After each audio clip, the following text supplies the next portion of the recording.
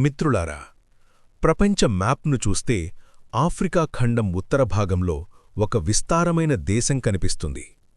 ఆ దేశమే అల్జీరియా. భూభాగ పరిమాణం పరంగా చూస్తే ఇది ఆఫ్రికాలో అతిపెద్ద దేశాలలో ఒకటి.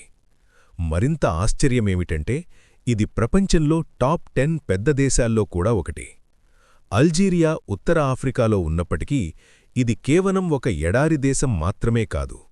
ఇక్కడ మెడిటరేనియన్ సముద్ర తీరాలు, పర్వత శ్రేణులు, పచ్చని వ్యవసాయ భూములు, ప్రపంచంలోనే అతిపెద్ద ఎడారి సహారా ఇవన్నీ ఒకే దేశంలో కనిపిస్తాయి. అందుకే అల్జీరియా భౌగోళికంగా చాలా విభిన్నమైన దేశం. భౌగోళిక స్థానం: అల్జీరియా ఉత్తర ఆఫ్రికాలో ఉంది. దీనికి సరిహద్దులు ఉన్న దేశాలు ట్యునీషియా, లిబియా, నైజర్, మాలి, మౌరిటానియా, వెస్టర్న్ సహారా, మొరాకో. ఉత్తర దిశలో మెడిటరేనియన్ సముద్రముంది. ఈ సముద్రం వల్లే అల్జీరియా చరిత్రలో అనేక నాగరికతలు ఇక్కడికి వచ్చాయి. భూభాగ నిర్మాణం: అల్జీరియా భూభాగాన్ని 3 ప్రధాన ప్రాంతాలుగా విభజించవచ్చు. 1. మెడిటరేనియన్ తీర ప్రాంతం. ఇది ఉత్తర భాగంలో ఉంటుంది. ఇక్కడ పెద్ద నగరాలు, పోర్టులు, వ్యవసాయం, జనాభా ఎక్కువ. రాజధాని అల్జియర్స్ కూడా ఈ ప్రాంతంలో ఉంది. 2. అట్లాస్ పర్వత శ్రేణులు.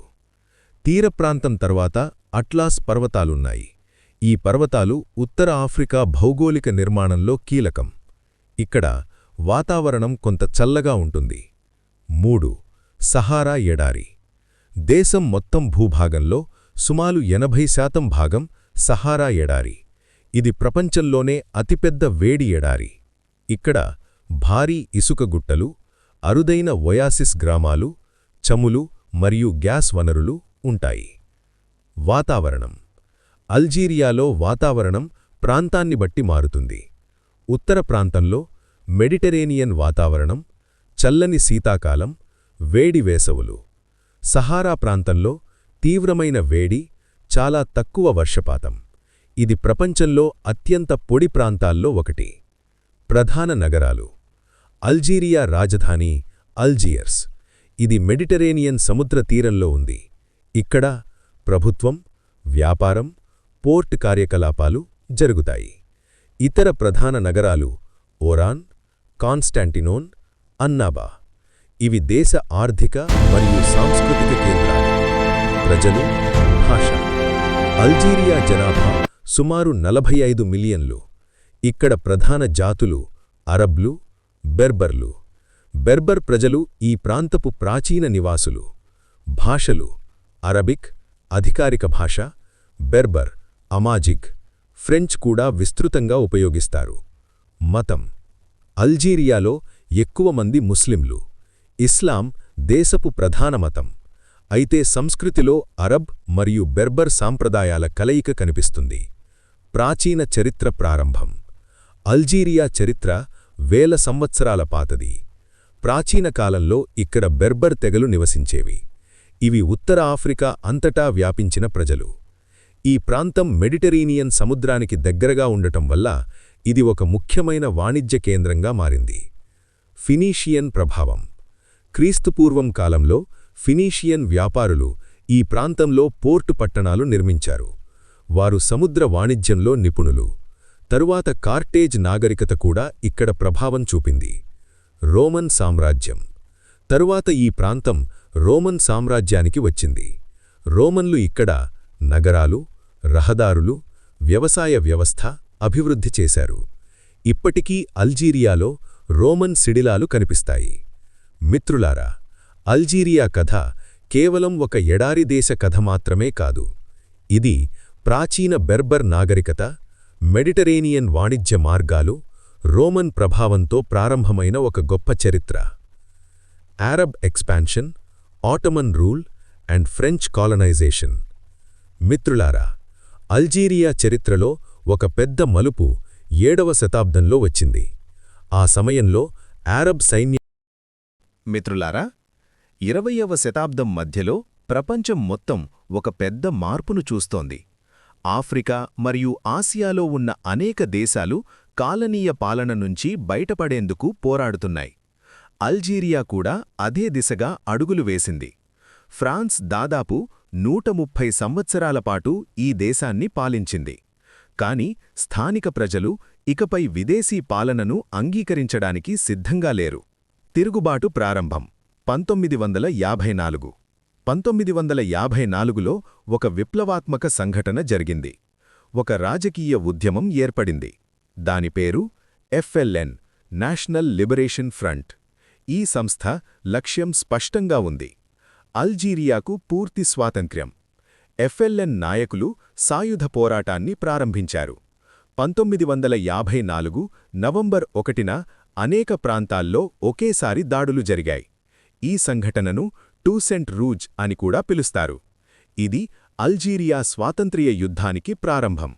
యుద్ధం తీవ్రత. ఫ్రాన్స్ ఈ తిరుగుబాటును అణచివేయడానికి భారీ సైన్యాన్ని పంపింది.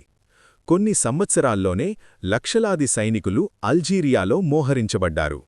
యుద్ధం చాలా క్రూరంగా జరిగింది. రెండు వైపులా దాడులు, బాంబు పేలుళ్లు, గ్రామాలపై దాడులు జరిగాయి. నగరాల్లో పోరాటం. యుద్ధం కేవలం పర్వత ప్రాంతాల్లో మాత్రమే జరగలేదు. నగరాల్లో కూడా ఘర్షణలు జరిగాయి. ప్రత్యేకంగా అల్జియర్స్ నగరం ఒక ప్రధాన యుద్ధక్షేత్రంగా మారింది. ఇక్కడ FLN సభ్యులు గెరిల్లా పద్ధతిలో దాడులు చేశారు. దీనికి ప్రతిగా ఫ్రెంచ్ సైన్యం కఠిన చర్యలు తీసుకుంది. మానవ హక్కుల సమస్య. ఈ యుద్ధం అంతర్జాతీయంగా కూడా పెద్ద చర్చకు దారితీసింది. ఎందుకంటే యుద్ధంలో మానవ హక్కుల ఉల్లంఘనలు జరిగాయి.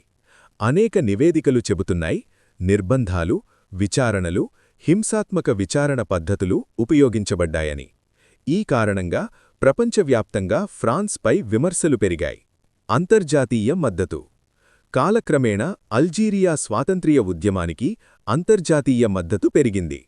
అనేక దేశాలు FLN ఉద్యమానికి సానుభూతి చూపించాయి. యునైటెడ్ నేషన్స్లో కూడా ఈ విషయం చర్చకు వచ్చింది. ప్రపంచ రాజకీయ పరిస్థితులు కూడా మారుతున్నాయి. కాలనీయ పాలన ముగియాల్సిన సమయం వచ్చింది. ఫ్రాన్స్లో రాజకీయ సంక్షోభం.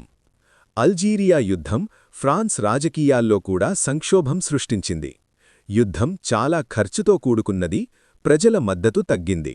రాజకీయ విభేదాలు పెరిగాయి. ఈ పరిస్థితుల్లో ఫ్రాన్స్లో నాయకత్వ మార్పు జరిగింది. చర్చలు ప్రారంభం.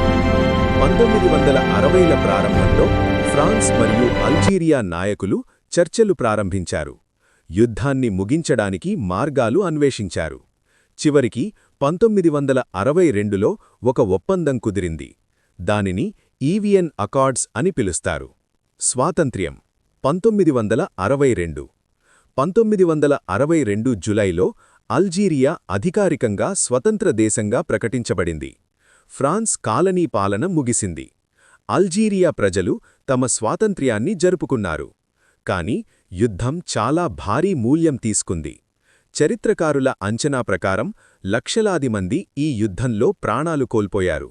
వలసలు. స్వాతంత్ర్యం తర్వాత పెద్ద సామాజిక మార్పులు జరిగాయి.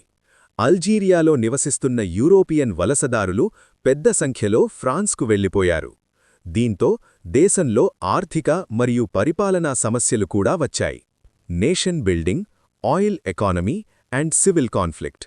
మిత్రులారా, స్వాతంత్ర్యం వచ్చిన తర్వాత అల్జీరియా ముందు ఒక పెద్ద ప్రశ్న నిలిచింది.